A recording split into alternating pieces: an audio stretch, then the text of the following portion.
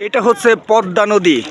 এই পদ্মা নদীর ভাঙনে কি অবস্থা দেখুন, যে একটি ঘর কত রিক্সের উপরে রয়েছে। দেখুন কত রিক্সের উপরে রয়েছে। এই ঘরটির একদম কাছাকাছি চলে গেছে। এই যে দেখুন, এটা হচ্ছে পদ্মা নদী। এই পদ্মা নদীর গর্ভে মনে হচ্ছে যে এই ঘরটি ঢুকে পড়বে, গিলে ফেলবে এই পদ্মা নদী। আমি পদ্মা নদীর ভেতর থেকে ভিডিওটি ধারণ করেছি।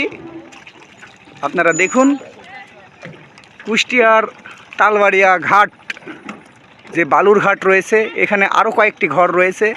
এগুলো কিন্তু আস্তে আস্তে শেষের দিকেই চলে গেছে।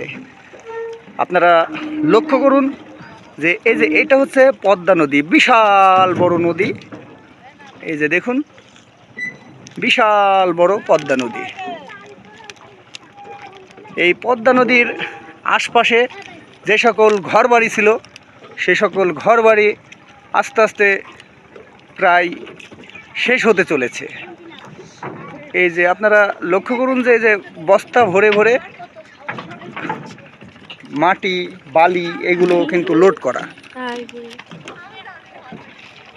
দেখুন যে ভাঙন রোধে এগুলো ব্যবহার করছে। দেখছেন প্রিয় ভিউয়ার্স, আমি যেখানে দাঁড়িয়ে আছি এটা একটি নৌকা।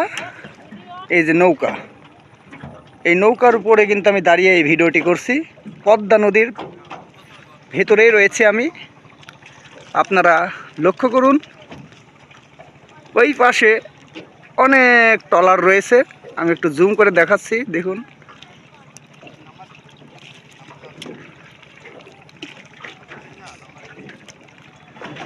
ভাঙতে ভাঙতে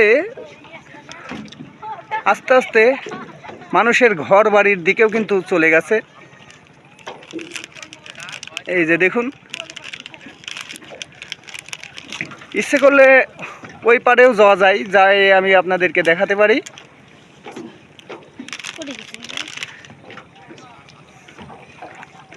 বিশাল বড় পদ্মা নদী, বঙ্গোপসাগরের সঙ্গে যুক্ত রয়েছে এই নদীটি। দেখুন